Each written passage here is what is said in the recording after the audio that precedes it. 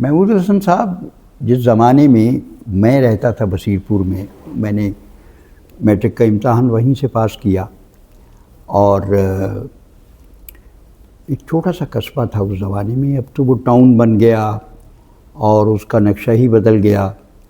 میں 2022 میں وہاں گیا تھا، تو میں نے محسوس کیا کہ یہ وہ بصیر پور نہیں ہے جس میں میں نے زندگی کے شب و روز گزارے۔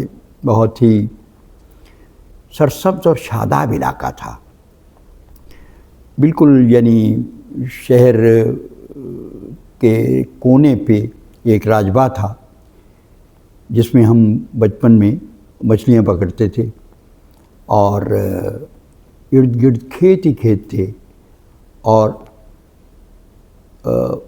سمجھیے کہ بصیر پور سے کوئی 1 کلومیٹر، زیادہ سے زیادہ 1 میل لگا لیجیے آپ، اس کے فاصلے پہ ایک نہر بہتی تھی جس میں میں اپنے بچپن میں بہت نہایا ہوں۔ اولاً مجھے تیرنا نہیں آتا تھا، لیکن ایک پوری ٹولی برسات میں جاتی تھی اس نہر پہ، تو میں بھی ساتھ چلا جاتا تھا، اور رفتہ رفتہ مجھے تیرنا آ گیا۔ اور میں تو ہر طرف یعنی کھیت، باغ، بہت ہی خوبصورت شہر تھا۔ تو اس بصیر پور سے، چونکہ میں پڑھتا ہی وہاں تھا، میرے والد وہاں ٹیچر تھے، پڑھاتے تھے، اور ان کا فارسی ادبی کا، عربی کا ذوق، خاص طور پہ فارسی کا ذوق بہت اچھا تھا۔ تو فارسی کا ابتدائی ذوق تو میرے والد ہی نے میرے اندر پیدا کیا۔ گو کہ وہ اسکول ٹیچر جو ہیں، آپ جانتے ہیں کہ وہ بہت زیادہ معمولاً کوئی معلومات ان کی نہیں ہوتی، کو بہت پڑھے لکھے نہیں ہوتے، لیکن میرے والد کا معاملہ بڑا عجیب و غریب تھا۔ ایک تو یہ کہ وہ دارالعلوم حنفیہ فریدیہ میں کئی سال پڑھتے رہے، عربی پڑھتے رہے، چنانچہ ان کی کتاب الصرف اور کتاب النحو جو ہے آج بھی میرے پاس موجود ہے ان کے دستوروں کے ساتھ، اور میں ان سے استفادہ کرتا رہتا ہوں۔ اچھا، تو والد کا تو یہ معاملہ تھا۔ ہم نے رومی کا، عطار کا، یہ نام جو ہیں، اقبال کے تو وہ عاشق تھے۔ تو اقبال، بلکہ اتفاق ایسا ہے کہ جب میں میٹرک میں تھا اور میں نے اقبال کی 2 کتابیں، بانگ درا اور بال جبریل خریدی، بلکہ ضرب کلیم بھی، تو بال جبریل کو تو بالالتزام انہوں نے پڑھا۔ آج بھی میرے پاس وہی بال جبریل ہے جو میرے والد نے پڑھی تھی، اور جس پہ جو شعر ان کو پسند آتا تھا اس پہ اپنے سائن کر دیتے تھے۔ بہت خوبصورت خط، بہت اچھا تھا ان کا۔ ایک شعر تو وہ اس کثرت سے پڑھا کرتے تھے، اور ہمیں تو اس زمانے میں کچھ سمجھ بھی نہیں آتا تھا کہ یہ کیا شعر ہے اور اس کا کیا مفہوم ہے۔ وہ شعر تھا شبلی کا شعر۔ وہ شعر یہ تھا کہ 2 دل بودن دریں راہ، سخت تر اے بیست سالک رہا، خجل ہستم ز کفر خود کے دارد بوئے ایماں ہم۔ یعنی 2 دل بودن دریں راہ، یعنی سلوک کی راہ میں 2 دلا ہونا جو ہے، سالک کے لیے اس سے بڑا عیب کوئی نہیں ہے۔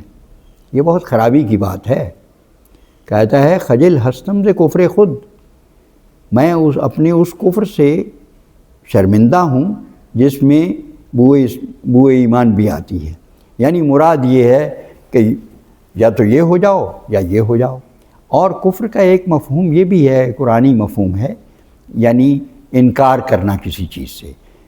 چنانچہ غالباً حضرت ابراہیم علیہ السلام کے حوالے سے آیا کہ انہوں نے فرمایا کہ میں یہ جو تم نے بت بنائے ہوئے ہیں، میں ان سے انکار کرتا ہوں۔ تو وہاں لفظ کفر استعمال ہوا ہے، اگر میرا حافظہ غلطی نہیں کر رہا۔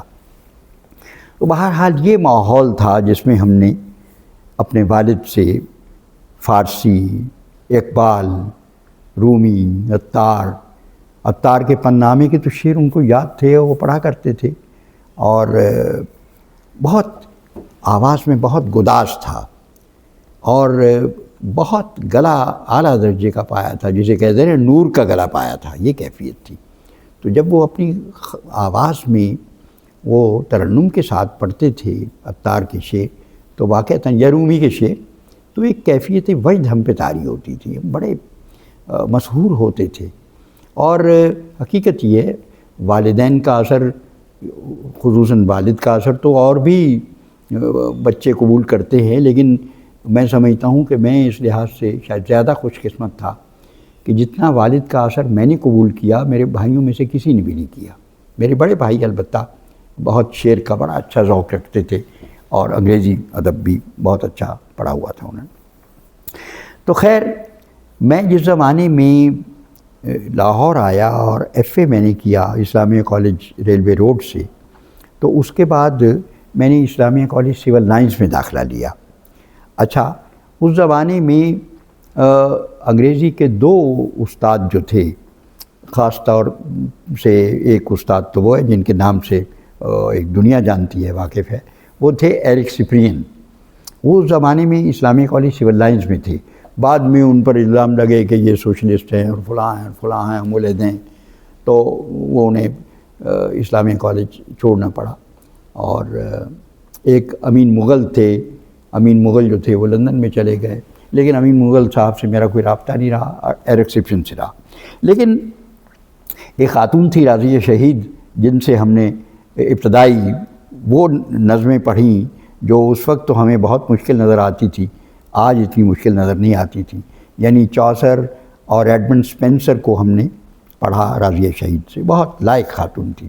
اور اس زمانے میں پھر چونکہ میں نے بی اے میں صرف انگریزی نہیں رکھی، انگریزی تو لازمی تھی، اس کے ساتھ انگلش لٹریچر بھی رکھا تھا میں نے، اور یہی وجہ ہے کہ انگریزی سے میری مناسبت پیدا ہو گئی بہت زیادہ۔ اور میں نے شیکسپیئر کو، اس کے ڈراموں کو، ٹیلز فرام شیکسپیئر، یہ وہ پتہ نہیں کیا کیا چیزیں پڑھیں، کنگ لیئر اس زمانے میں پڑھا، ایز یو لائک اٹ پڑھا، میکبتھ پڑھا، ہاں جی، اور ذرا بعد میں جا کے ہیملیٹ پڑھا، اور کئی ان کی یعنی ٹریجڈیز اور comedies, as you like it پڑھا۔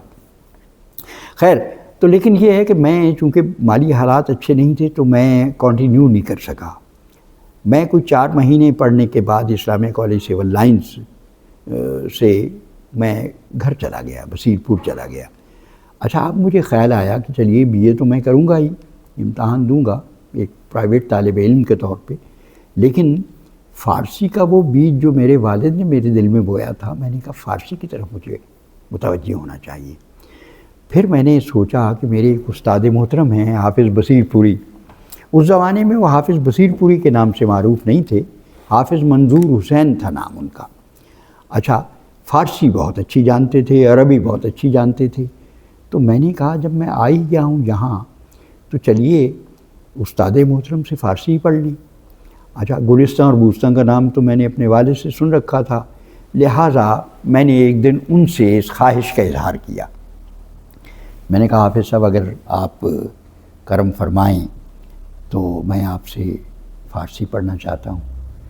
اچھا، یہ میں یہاں واضح کر دوں کہ میں نے ابتدائی اسکول کے 4 یعنی سالوں میں، اسکول کے ابتدائی یعنی مراد یہ کہ 6ٹھی سے لے کے 10ویں تک کا کہ جو پیریڈ تھا اس میں نے فارسی پڑھی، اور وہ فارسی میرے بہت کام آئی، کیونکہ بنیادی طور پہ وہی فارسی میرے کام آئی، اور اس کا نتیجہ پھر رفتہ رفتہ یہ ہوا کہ فارسی ادب میں اور فارسی کے کلاسیکی ادب میں نے کچھ چیزیں پڑھیں اور ایک ذوق میرا ڈیولپ ہوتا چلا گیا۔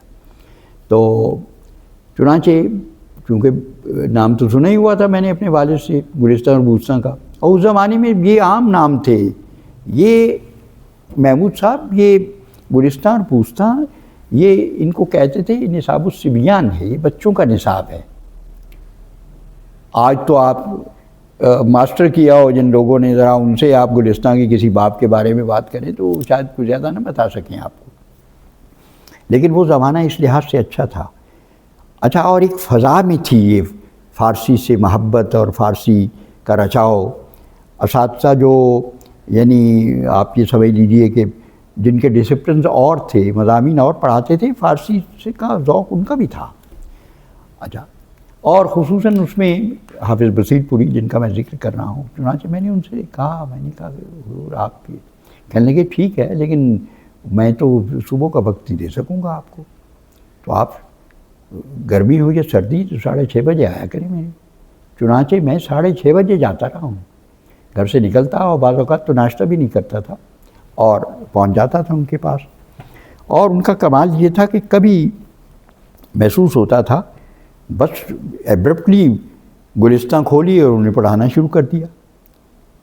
تو اور گلستان کا باب پنجم بھی میں نے ان سے پڑھا، جو عام طور پہ بین ہے، درعشق و جوانی چنانکہ افتد و دانی، یہاں سے جس کا آغاز ہوتا ہے. انہوں نے کہا نہیں، تم اب آپ یہ ابھی کالج چھوڑ کے آپ آئے ہیں، جوان ہیں آپ، تو ایسی کیا بات ہے، وہ بھی میں پڑھاؤں گا آپ کو. چنانچہ سارے ابواب میں نے ان سے پڑھے، اور جب گلستان ختم ہو گئی تو پھر بوستان شروع کی. اور بوستان میں آپ کو معلوم ہے وہ شعری مجموعہ ہے. گلستان کا معاملہ تو یہ ہے کہ اس میں نثر بھی ہے اور شاعری بھی ہے، اور ایسی سادی کی قدرت کلام اور ان کا بیان جو ہے وہ تو ایسا ہے کہ آپ اندازہ کر لیجئے کہ اتنی صدیاں گزر گئیں، لیکن اس کے باوجود سعدی آج بھی زندہ ہے اور ایسی دنیا تک زندہ رہے گا. تو میں نے بہت سچی بات ہے، میں بڑا خوش ہوا، میری ایک بیس بن گئی، اور اس کا نتیجہ یہ ہوا مجھے ایسا ذوق فارسی کا ہوا کہ میں نے اسی زمانے میں فارسی میں شعر کہنا شروع کر دیے. تو حافظ صاحب سے ایک دن میں نے کہا کہ حافظ صاحب میں نے یہ غزل لکھی ہے. کہنے لگے اچھا کس زبان میں؟ اردو میں؟ میں نے کہا نہیں فارسی میں. تو تھوڑے سے متعجب ہوئے، تو کہنے لگے اچھا تمہیں شعر یاد ہیں؟ میں نے کہا اس وقت تو پوری غزل تھی، لیکن اب وہ غزل پتہ نہیں کہاں گئی، لیکن اس میں سے 2 شعر مجھے یاد ہیں اب بھی، اور اگر آپ کہیں تو میں آپ کو سنا دوں. تو ان میں سے ایک شعر کے بارے میں تو بڑے وہ خاص طور پہ متعجب ہوئے. کہنے لگے کیا یہ واقعی آپ نے کہا ہے؟ آپ نے بھی نہیں کہتے تھے، یہ تم نے کہا ہے یہ شعر؟ میں نے کہا جی میں نے ہی کہا ہے.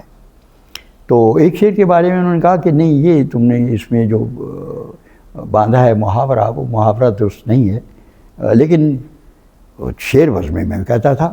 وہ تو بچپن سے ہی میں یعنی شعر کہتا تھا، وزن میں کہتا تھا. میں اس وقت مجھے کیا پتا تھا وزن کیا ہوتا ہے اور علم عروض کیا ہوتا ہے، لیکن وزن میں کہتا تھا. تو وہ شعر مجھے یاد ہیں، وہ میں نے ان کو بھی سنائے. کہ پہلا شعر تو یہ تھا جس پہ وہ معترض ہوئے، اور انہوں نے کہا کہ نہیں یہ شعر ویسے تو ٹھیک ہے مفہوم کے اعتبار سے، لیکن اس میں لفظوں کی جو بندش ہے، اس میں جو آپ نے وہ استعمال کیا ہے ایک محاورہ، وہ یوں ہے نہیں. تو وہ شعر یہ تھا کہ منے بے دل اگر بر عرصۂ رندی فرس رانم، برد ہم زاہد خود بھی جمال عشوہ پردازاں. تو انہوں نے کہا کہ جمال بردن کوئی محاورہ نہیں ہے جو تم نے باندھا ہے. تو میں نے کہا بس میں نے تو ایک طنز کا پہلو اختیار کیا ہے. کہنے کہ وہ طنز کا پہلو اپنی جگہ، لیکن اس میں محاورے کا خیال بھی تو رکھنا ہوتا ہے نا. تو یہ کوئی مصدر مرکب نہیں ہے جو تم نے باندھا ہے جمال بردن. تو جمال بردن کوئی محاورہ نہیں ہے. مفہوم میں سمجھ گیا ہوں جو تم کہنا چاہتے ہو، لیکن یہ اس میں نہیں ہے. اب کہنے کہ اچھا اور سنائیں. تو اگلا شعر پھر میں نے یہ سنایا کہ باں یار ستم گر بارہا گفتم توقف کن، بگفت آخر نمی دانی وصال بلبل و بستاں. کہ میں اس ستم گر دوست سے میں نے بارہا کہا کہ تھوڑا سا بیٹھ جا، ابھی نہ جا، بیٹھا رہے. تو اس نے جواباً کہا کہ بگفت آخر نمی دانی وصال بلبل و بستاں، تمہیں معلوم نہیں ہے کہ بلبل اور باغ کا وصال جو ہے وہ چند لمحوں کا ہوتا ہے، وہ ملاقات چند لمحوں کی ہوتی ہے. تو اس پہ بڑے متعجب ہوئے، کہنے کہ یہ تو بڑی پختگی اس میں اس شعر میں ہے. خیر پر اس کے بعد پھر میں نے فارسی میں شعر بھی تو زیادہ کہے نہیں. ہاں البتہ جب میں ایران گیا تو پھر میں نے کئی غزلیں کہیں، جن میں سے 1-2 غزلیں تو وہاں کیہان فرہنگی میں بھی چھپی میری، اور مضامین تو خیر میرے کئی چھپے وہاں کے پرچوں میں. تو یہ ایک ذوق پیدا کیا ہمارے حافظ بصیر پوری نے. بہت دردمند آدمی تھے اور صاحب کمال لوگوں میں تھی، لیکن چونکہ بصیر پور ہی میں رہے اور بہت اڑان بھری، تو عارف والا میں چلے گئے، وہاں وائس پرنسپل ہو گئے، فلاں جگہ ہو گئے، وہاں اسی علاقے میں گھومتے پھرتے رہے. لاہور کبھی کبھار آتے تھے. لاہور ہوتے تو شاید لوگوں کو اندازہ ہوتا کہ وہ کیسا صاحب کمال آدمی تھا. بہرحال ان کا انتقال ہو چکا، اللہ ان کی مغفرت فرمائے. بہت ہی بڑے لوگوں میں تھے وہ.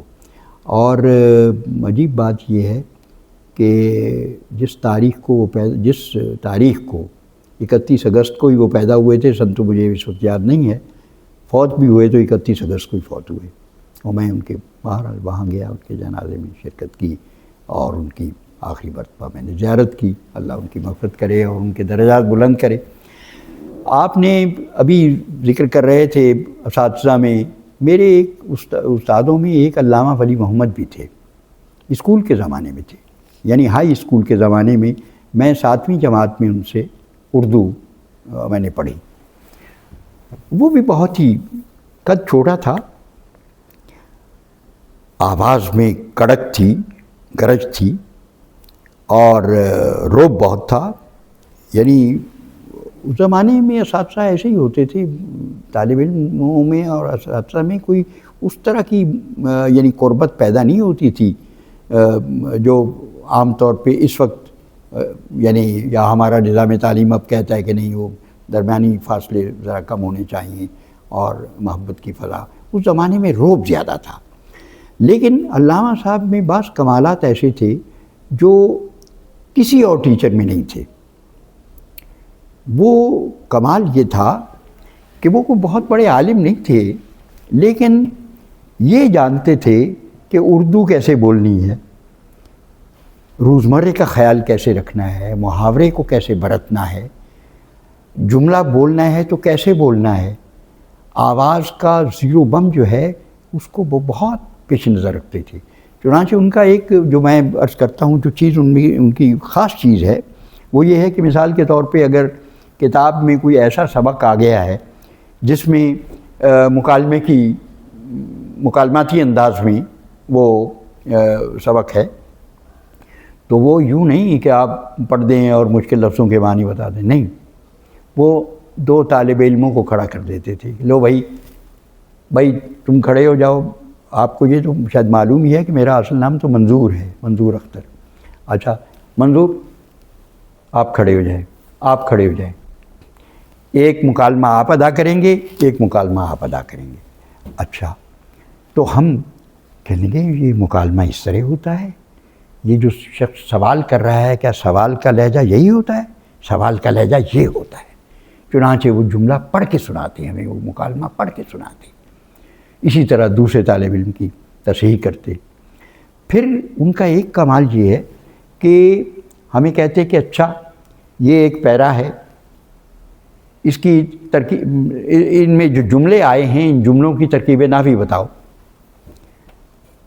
اچھا، تو ترکیب نحوی میں تو ظاہر بات ہے یہ بتایا جاتا ہے کہ اس میں فعل کون سا ہے، فاعل کون سا ہے، مفعول کون سا ہے، فعل ناقص کون سا ہے، حرف کون سا ہے، فلاں، یہ ساری باتیں۔ اچھا، تو وہ پھر اس کے لیے بڑا یعنی وہ رہنا پڑتا تھا، کہنا چاہیے کہ بہت ہوشیار رہنا پڑتا تھا۔ اور یوں انہوں نے تربیت کی کہ نثر کو کیسے پڑھا جاتا ہے، نثر کو اگر آپ کوئی مضمون آپ نے لکھا ہے اور آپ کسی جگہ پڑھ رہے ہیں تو آپ کو کیسے پڑھنا ہے۔ الحمدللہ اس ٹریننگ میں بہت بڑا حصہ ہمارے انہی علامہ ولی محمد کا ہے، اور بڑی حوصلہ افزائی بھی کرتے تھے، لیکن مزاج کے تیز تھے اور غصہ انہیں بہت آتا تھا۔ میں نے ان سے ماریں بھی بہت کھائیں، اور خاص طور پہ میں بچپن میں شرارتی بہت تھا، تو لہٰذا بعض اوقات تو میں یہ بھی نہیں سوچتا تھا کہ یہ استاد محترم ہیں اور ان کا احترام مجھے ملحوظ رکھنا ہے۔ ہمیں یاد ہے کہ جب مڈل کا امتحان دینے کے لیے ہم دیپال پور گئے، کیونکہ اس زمانے میں وسیع پور میں امتحان نہیں ہوتا تھا، امتحان کے لیے دیپال پور جانا پڑتا تھا، تو وہاں ایک بڑا کمرہ ہم کرائے پہ لیا جاتا تھا اور تمام طالب علم وہاں منتقل ہو جاتے تھے اور امتحان وہاں دیتے تھے۔ اور امتحان کا نظام بھی ایسا تھا، ٹیچر ایسے بے مثال تھے، میں کیا آپ سے عرض کروں۔ مطلب یہ ہے کہ فرض کر لیجئے کل انگریزی کا امتحان ہے، پیپر ہے، اور بورڈ پیپر دیتا تھا میں، مڈل کے بھی اور پھر میٹرک انٹر کے۔ تو ایک استاد جو انگریزی کا ہے وہ اپنے خرچ پہ وسیع پور سے بس میں بیٹھتا اور شام کو وہاں پہنچ جاتا، چونکہ اگلے دن انگریزی کا پیپر ہے، اور رات کے 11-12 بجے تک طالب علموں کو تیاری کرواتا۔ وہ یہ بھی پوچھ سکتے ہیں، وہ یہ بھی پوچھ سکتے ہیں کیا تمہیں یہ ڈائریکٹ انڈائریکٹ آتی ہے، تمہیں پیسیو وائس ایکٹیو وائس آتی ہے، تمہیں یہ مترادفات سینونیمز اور فلاں وہ ہاں جی یہ آتے ہیں ذرا دیکھو اس کو ڈائریکٹ انڈائریکٹ میں کیسے جملہ جو ہے کاماز لگیں گے یا نہیں لگیں گے، اس طرح کی باتیں بتاتے تھے۔ اگلے دن امتحان دے کے آئے تو پھر ہاں بھائی یہ جو پیپر ہے لا ذرا پیپر دو، اس سوال کا جواب تم نے کیسے لکھا، اس کا کیسے ایک ایک فرض سے پوچھ رہے ہیں۔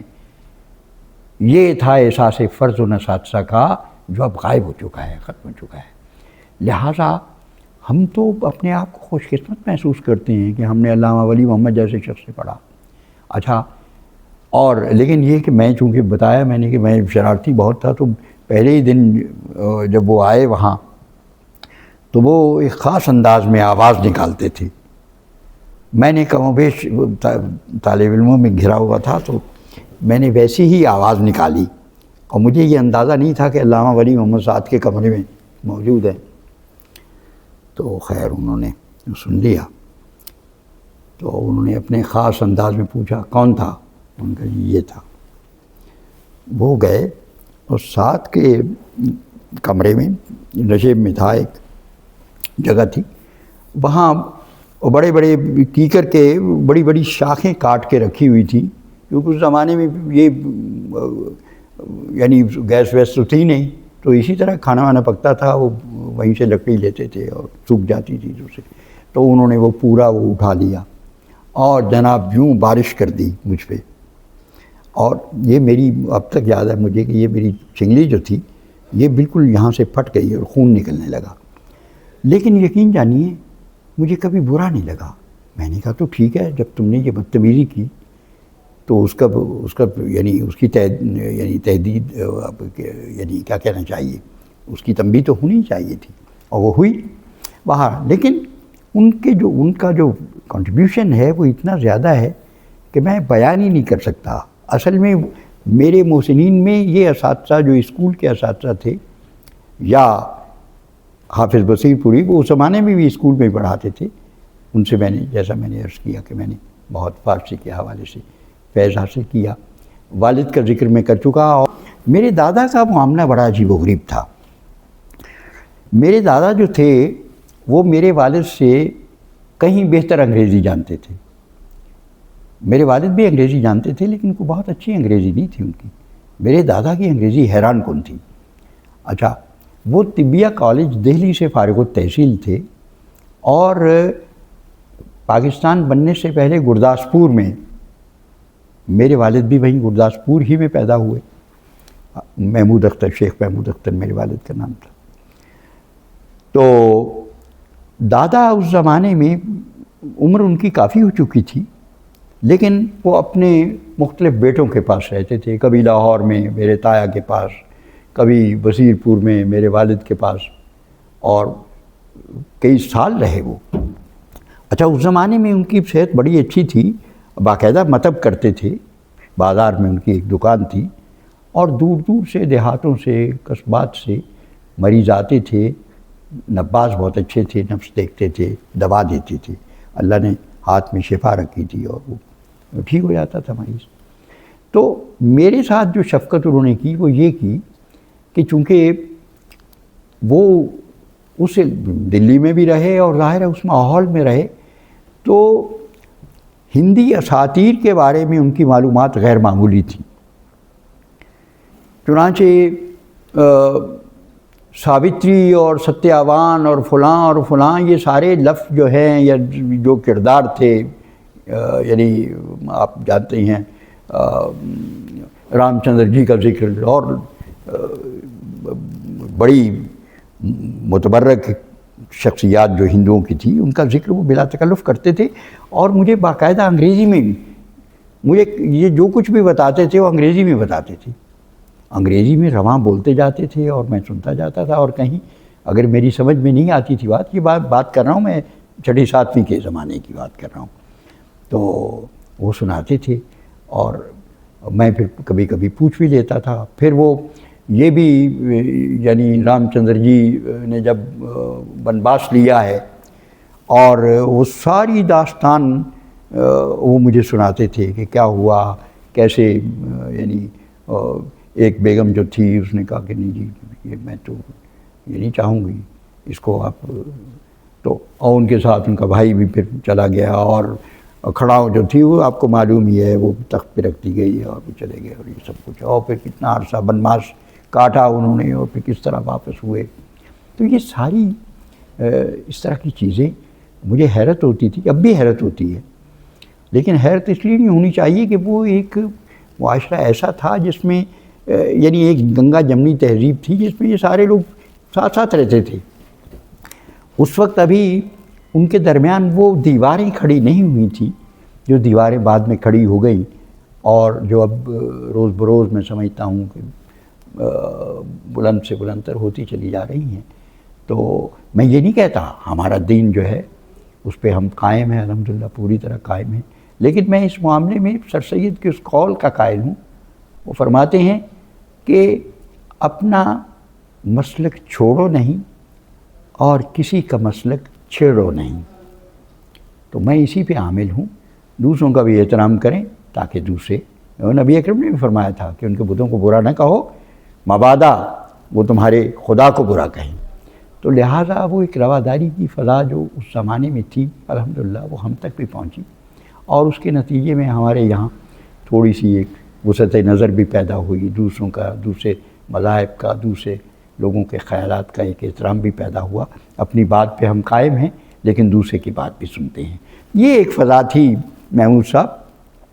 باتیں تو بہت ہیں کہنے کی، میں اگر بیان کرتا چلا جاؤں تو شاید گھنٹوں بیان کرتا چلا جاؤں، لیکن بہت اختصار کے ساتھ آپ نے جو جس خواہش کا اظہار کیا اس کے جواب میں نے یہ چند باتیں آپ کی خدمت پہ پیش کر دیں۔ بہت شکریہ آپ کا۔